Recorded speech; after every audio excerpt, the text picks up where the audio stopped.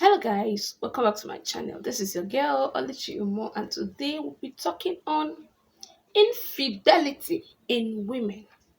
That is why women cheat. A quick disclaimer: causes are not necessarily excuses or justification. So I am in no way in support of infidelity, be it from a woman or from a man. So, with this, I believe we can jump into today's topic. Infidelity is one of the most painful experience that any relationship or marriage can face. When a woman steps outside of her marital vow, it is not just about the betrayal, but it reflects a deeper issue in the relationship.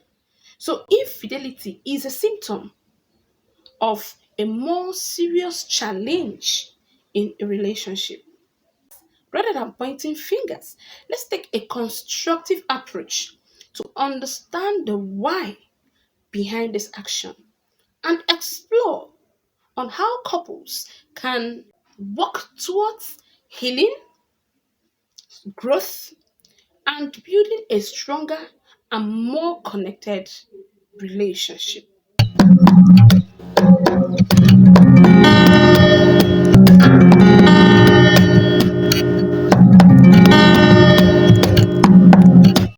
Infidelity in men is different from infidelity in women in different proportion. Infidelity in a man can be purely transactional, purely sexual, purely physical, no emotions attached, no connections attached. That is why a man can travel out for perhaps a business trip. A man can travel to London, Dubai, Abuja, wherever, and pick any lady, sleeps with the lady, and moves on with his life. So the next day he can go back to work and concentrate fully in his work. He will not be worried about the lady one bit, whether she is okay, whether she's thinking about him, whether whatsoever. I mean, he can face his activities squarely. And that is also the reason why sometimes infidelity in men may be hard to trace or sometimes exposed. But in women, this is a different ball game altogether because a woman first is emotional. So before any woman gets into any form of sexual relationship with a man, first of all, she must have become emotionally connected. So a man that a woman will likely sleep with is somebody that have is somebody that she have become emotionally connected to. And that is why an average woman. Now, when I say an average woman, it means there are exceptions. And of course, I'm not talking about women that are into transactional sex or sex workers. So these ones are out of it. But I said generally, that means most women, both married or single, will not sleep with any random man. A woman will always mostly sleep with a man she knows. A woman can actually feel disgusted, irritated by a random man winking at her, maybe in a gas station, perhaps in the supermarket, in the filling station. That is why it is generally said that sex for a woman does not begin in the bedroom. Rather, it begins from the tiny gestures throughout the day, the comments, the compliments, and these things prepares her mentally, prepares her emotionally for the action at night. But for a man, sexual relationship for a man happens when two bodies meet on the bed. So a woman will naturally take time to prepare emotionally then before the the main thing occurs. So for infidelity, a woman first of all goes through emotional infidelity before the sexual infidelity. So, my woman, you watch out for this. Yes, because it may not look like it. The emotional infidelity is not it's not a crime. You've not committed a crime yet. But if you've got to the state of emotional infidelity, just know that you are a step forward to the cocoa. Okay, men that women are likely going to have sexual relationship with are they are very good colleagues. They are boss in the working place. They are pastor. I don't say this one go shock you now, but no. Of course, there've been so many things going on with women and pastors and all that. Married women, I mean, go to the net, check your neighborhood. You understand what I mean. So, but then I'll give you a detailed reason why these things happen.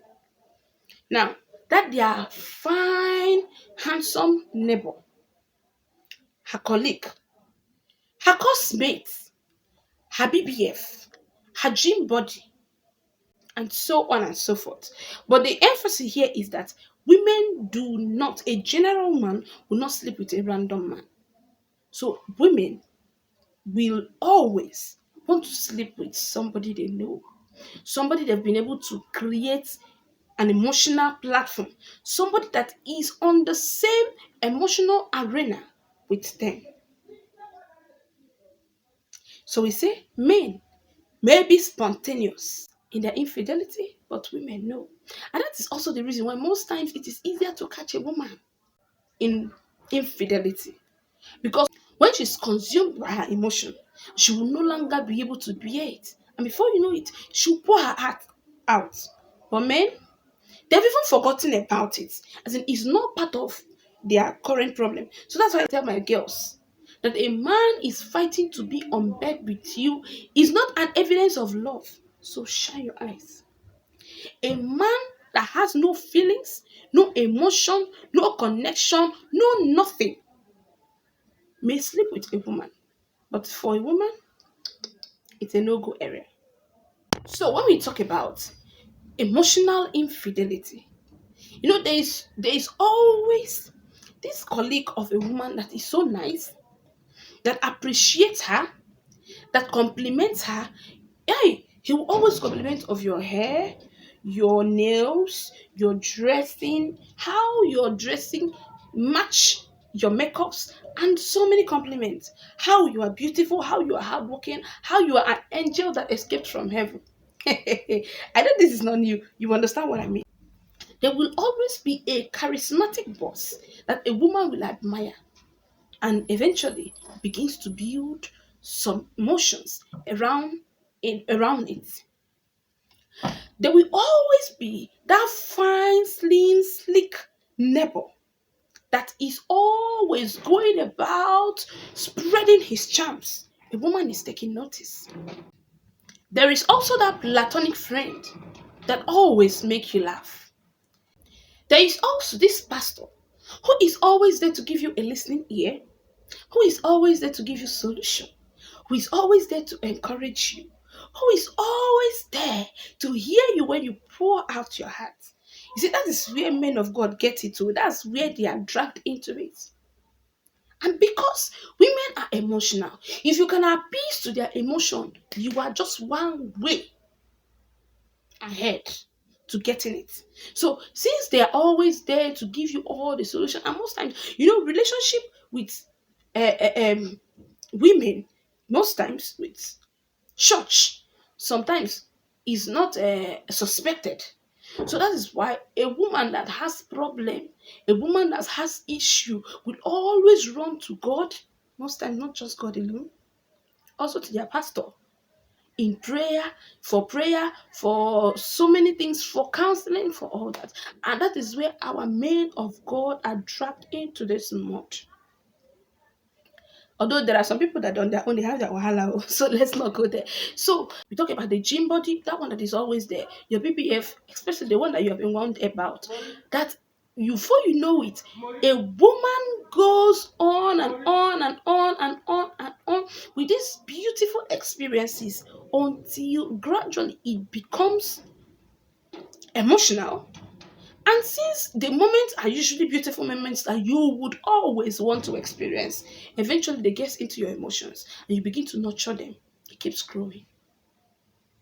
Now, a time will come in a woman's life that's a Michael or that your pastor, that particular one that makes you happy, that one that doesn't judge you, that one that doesn't condemn you, that one that does not overreact, that one that is understanding, that one that appears to be perfect in a way, that one, that you will just keep smiling at every slightest of his jokes. Those are the types that when these things keep building up, building up, unchecked, that eventually you will become vulnerable to. When she's alone, all the whole sweet moments begin to play back in her head, and you will just find her smiling. And unconsciously, she does this. Unconsciously, she begins to compare her man with her Mr. Perfect.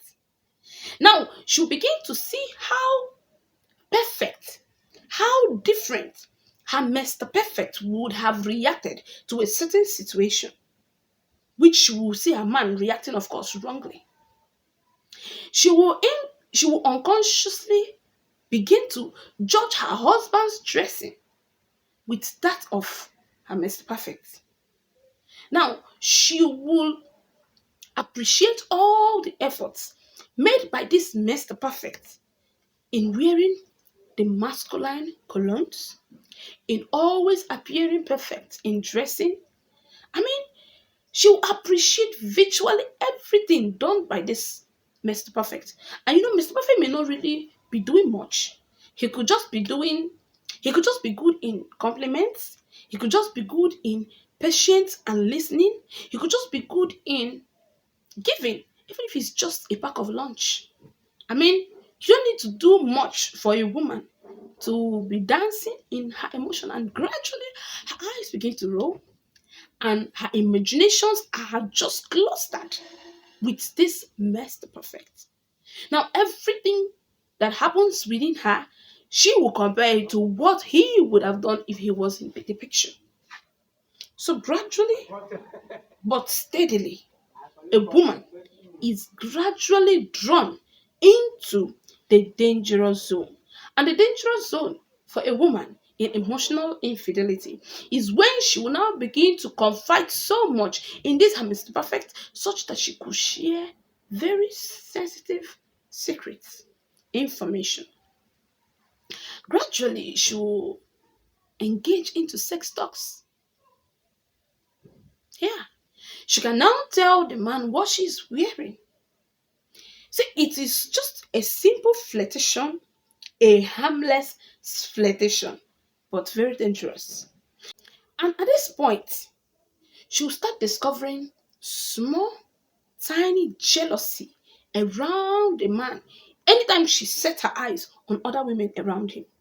So whenever she sees other women around him, she gets jealous. Insignificant, but she gets jealous.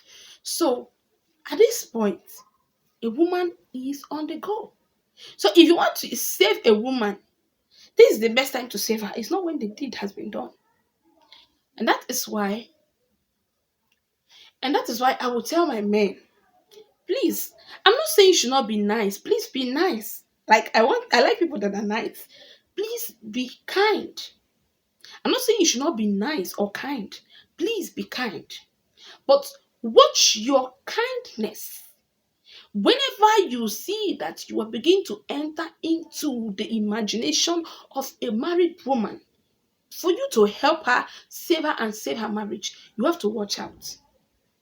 And if you are not ready, you that is a single man, if you're not ready to get down the aisle with that lady, please curtail the things you do. Because a single word spoken to a lady, a simple word of compliment, a simple word of appreciation will remain in her head for as long as you can't even imagine.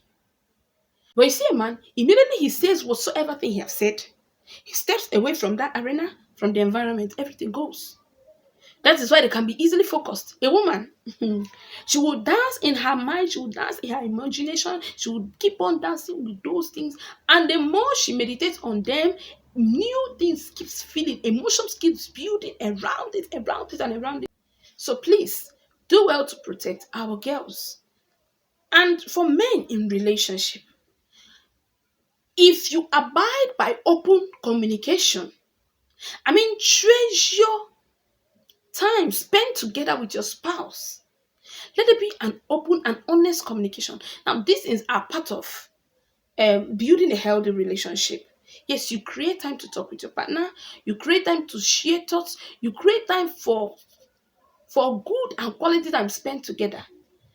Please, you have to take it serious. It goes a whole long way to prevent this infidelity from happening.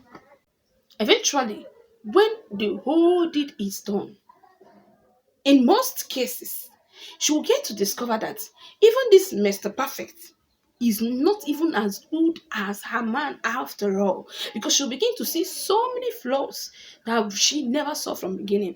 I made a video previously on after honeymoon experience. We said there is a feel good hormone like dopamine that makes you excited and all that. At a period where a woman is indulging in emotional infidelity, dopamine is at work at a very high stage, because the dopamine that will be released in her body will excite her and make her feel this her master perfect has no flaws. But eventually, when the deed is done, her eyes will be open and she will now begin to see flaws in Mr. Perfect. She will start regretting, she will start crying, she will beg. But you see, those tears at that moment can't correct what has been done. So that is why the saying that a bed at hand is better than please complete it for me. So sometimes that's why that is why I would advise everybody, both men and women, consciously appreciate everything you have around you. When we don't appreciate the good in the people we have, we will be forced to see the bad in them. And when the bad things about the people around us are more pronounced, even the biggest good they do will not be visible. So that is where that saying that a prophet is not appreciated in his own hometown comes in. Because of familiarity, because of see finish, because of many things, people tend not to appreciate the good things that they have. Please try to keep what you have before you lose it. Okay. Now, classifying the major reasons why infidelity in women actually happen. We have the first one, which is emotional neglect. Women always want to be seen. Women always want to be heard. They want to be seen. They want to be cared for. They want to be admired. They want to be appreciated. They want so many things. So sometimes they're not carried away by the big gifts. There's so many things you do. Yes, that doesn't mean you should buy, not give gifts. Give gifts. But women are in desires of so many things. And when their desires are not being granted by their man, there's a problem comes in. That's why amidst all the women that indulge into sexual infidelity or whatsoever, just look at it. They are always in search of one thing or the other. Some are in search of fame, some are in search of material things, some are in search of love, care. But at first, they are going to channel all these their desires, all these their wants, every of these their wants and desire, they are going to channel it to their man. But most of the times, when they're not able to get these things from their man, that is when they now drift away to searching for it outside.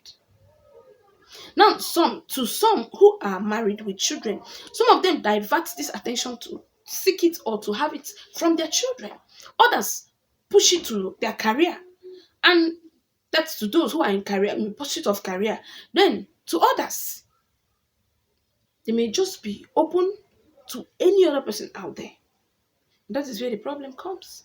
And some others goes to church to seek solutions. Now, see, if you check, there are more men in prison and more women in the church. Now, that is why you will see more women in the church. Why?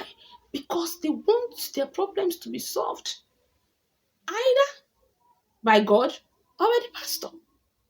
But men are more practical in their approach of things. That is why we also have more men in the prison and more women in the church. Okay, so that is just one aspect of it. So another is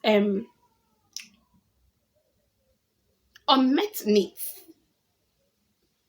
It is similar to this first one. When a woman have piles of, there are so many needs.